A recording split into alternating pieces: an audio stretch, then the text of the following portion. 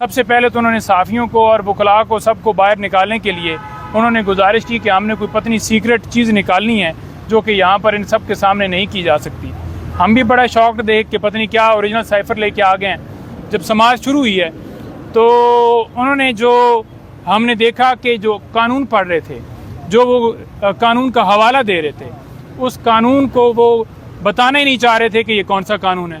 ہم نے جب ان سے پوچھا کہ آپ بتائیں کہ یہ کون سا لاء پڑھ رہے ہیں, تو انہوں نے کہا کہ یہ سیکرٹ ہے, ہم نہیں بتا سکتے.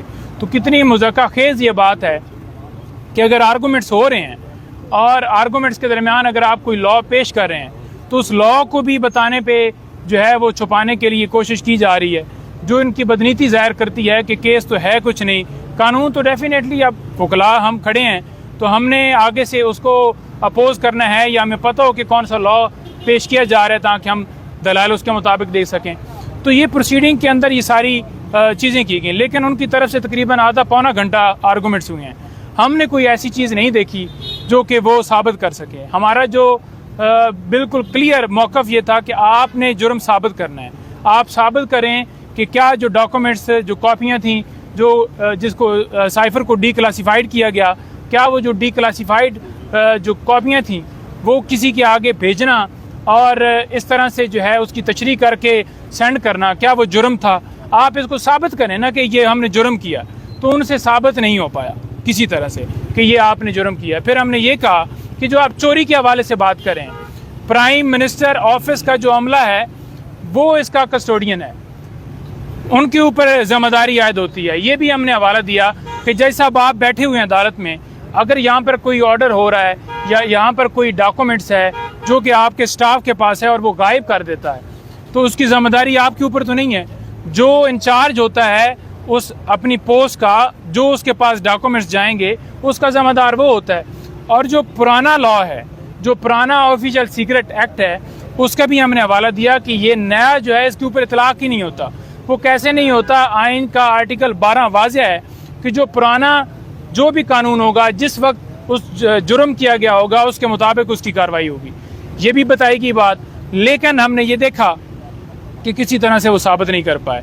اور جو وہ انہوں نے دفعات لگائیں چوری کے حوالے سے, وہ بھی وہ ثابت نہیں کر پائے کہ کوئی خان صاحب نے کوئی ویڈیو پیش کر سکیں یا کوئی ایسی ایویڈنس. اور جو رول ہے پرنسپل سیکرٹری کا اعظم خان کا اس FIR کے اندر, ہم نے وہ بھی پوچھا کہ جب ان کا رول ڈالا گیا ہے کہ وہ سارا کر رہے ہیں تو کیا انہوں نے کوئی بیل لی ہے, کیا انہوں نے کوئی کسی جگہ کے اوپر آپ نے کوئی جو انکوائری کر رہے تھے اس میں کہیں پہ آپ نے ان کو ڈالا ہے؟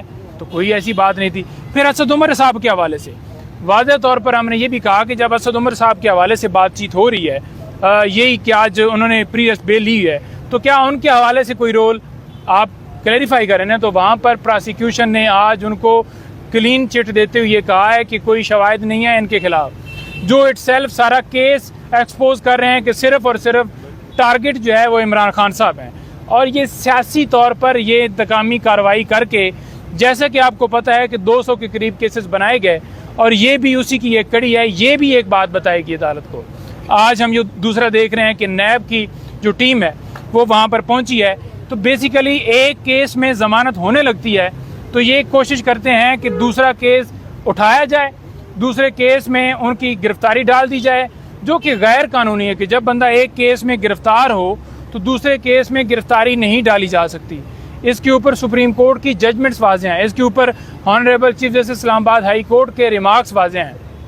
لیکن لاسٹ ٹائم بھی ایسی گرفتاری ڈالی گئی جو کہ 15 دن بعد ہمیں پتہ چلی.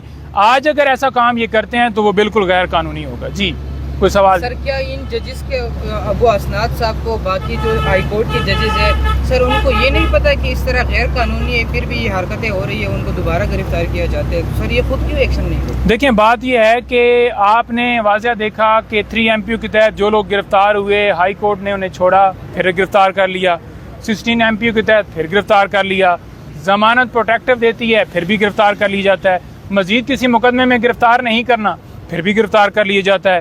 الیکشن کی جو ڈیٹ دی جاتی ہے عدالت کی طرف سے, الیکشن کمیشن احکامات نہیں مانتا. President Arif Alvi election commission کو بلاتے ہیں, وہ جناب کہتے ہیں کہ میں نے آنا نہیں. تو ملک کے اندر انہوں نے آئین کو بے آئین کر دیا. اس وقت پاکستان جو سرزمین ہے وہ بے آئین ہو چکی ہے.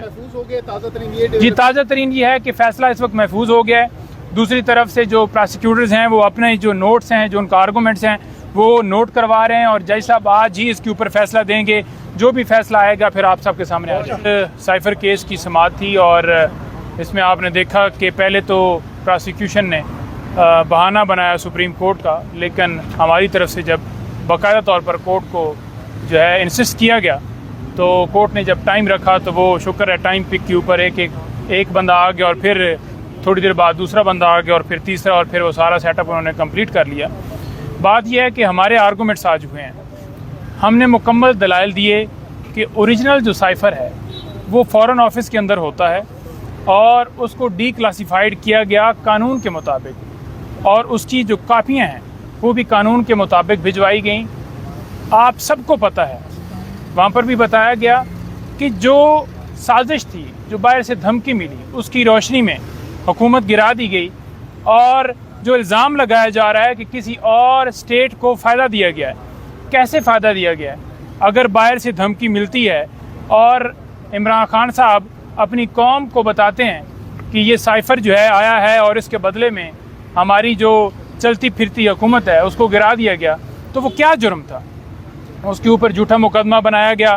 اور آج سارے فیکٹس جب رکھے گئے تو ہم نے دیکھا کہ جب پروسیڈنگ دوسری طرف سے سٹارٹ ہوئیں، جب پراسیکیوشن نے آرگومنٹس کیے، سب سے پہلے تو انہوں نے صحافیوں کو اور وکلاء کو سب کو باہر نکالنے کے لیے انہوں نے گزارش کی کہ ہم نے کوئی پتنی سیکرٹ چیز نکالنی ہے.